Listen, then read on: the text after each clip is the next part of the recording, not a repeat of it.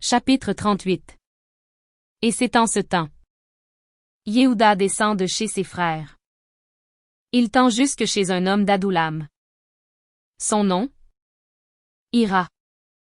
Yehuda voit là la fille d'un homme. Un Kénaani. Son nom? Choua. Il la prend et vient à elle. Enceinte? Elle enfante un fils. Il crie son nom. Er. Enceinte encore? Elle enfante un fils. Elle crie son nom. Onan. Elle ajoute encore. Et enfante un fils. Elle crie son nom. Shéla. Il était à Kézib. Quand elle l'enfante. Yehuda prend une femme pour Er. Son aîné. Son nom. Tamar. Et c'est Er? L'aîné de Yehuda. Mal aux yeux de Yerowa Adonai. Yerowa Adonai le met à mort. Yehuda dit à Onan. Viens vers la femme de ton frère. Lévire-la. Suscite une semence à ton frère. Onan sait que la semence ne sera pas pour lui. Et c'est quand il vient vers la femme de son frère. Il détruit à terre. Pour ne pas donner de semence à son frère. Ce qu'il fait est mal aux yeux de Yerowa Adonai. Il le met à mort. Lui aussi. Yehuda dit à Tamar. Sabru. Habite en veuve la maison de ton père. Jusqu'à ce que grandisse Shéla. Mon fils. Oui. Il avait dit. Afin qu'il ne meure pas. Lui aussi. Comme ses frères. Tamar va. Et habite la maison de son père. Les jours se multiplient. Batchoua. La femme de Yehuda. Meurt. Yehuda. Réconforté. Monte vers les tondeurs de ses ovins. Lui et Ira. Son compagnon. L'Adoulami. Vers Timna. Il est rapporté à Tamar pour dire. Voici. Ton beau-père monte à Timna pour tondre ses ovins. Elle écarte ses habits de veuvage loin d'elle. Se couvre d'un voile. S'y évanouit et s'assoit à l'ouverture d'Einaïm les deux yeux. Sur la route de Timna. Oui. Elle avait vu que Shéla avait grandi. Mais elle ne lui avait pas été donnée pour femme.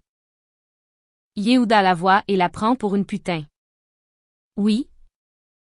Elle avait recouvert son visage. Il tend vers elle. Sur la route.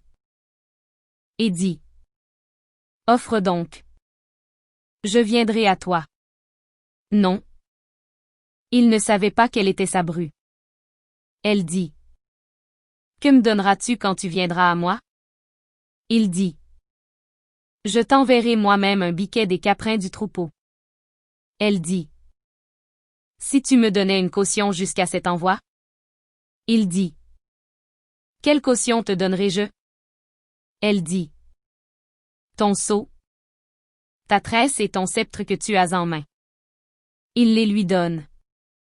Viens à elle et elle est enceinte de lui. Elle se lève. Va. Écarte son voile loin d'elle et revêt ses habits de veuvage. Yehuda envoie le biquet de caprin par la main de son compagnon d'Adoulam. Pour reprendre la caution de la main de la femme. Mais il ne la trouve pas. Il questionne les gens de son lieu. Pour dire. Où est la prostituée? Celle d'Einaïm. Sur la route. Ils disent. Il n'y avait pas ici de prostituée. Il retourne vers Yehuda et dit. Je ne l'ai pas trouvée. Les hommes du lieu disent aussi. Il n'y avait pas ici de prostituée. Yehuda dit. Elle le prendra. Pour elle afin que nous soyons à mépris. Voici j'ai envoyé ce biquet et toi tu ne l'as pas trouvé. Et c'est après 3 lunaisons. Il est rapporté à Yehuda pour dire. Tamar. Ta bru. A pu tasser et même la voici enceinte des putineries. Yehuda dit. Faites-la sortir. Et qu'elle soit incinérée. Ils la font sortir mais elle a envoyé dire à son beau-père. Je suis enceinte de celui à qui appartient ceci. Elle dit. Reconnais donc. À qui le sceau? Les tresses? Le sceptre que voici? Yehuda reconnaît et dit. Elle est plus juste que moi. Oui. Aussi je ne l'ai pas donnée à Sheila mon fils. Il n'ajoute pas à la pénétrer encore. Et c'est au temps de son enfantement. Voici des jumeaux en son ventre. Et c'est pendant son enfantement. L'un d'entre eux donne la main. L'accoucheuse la prend. Et attache sur la main de l'écarlate pour dire. Celui-ci est sorti le premier. Et c'est quand il retourne sa main. Voici.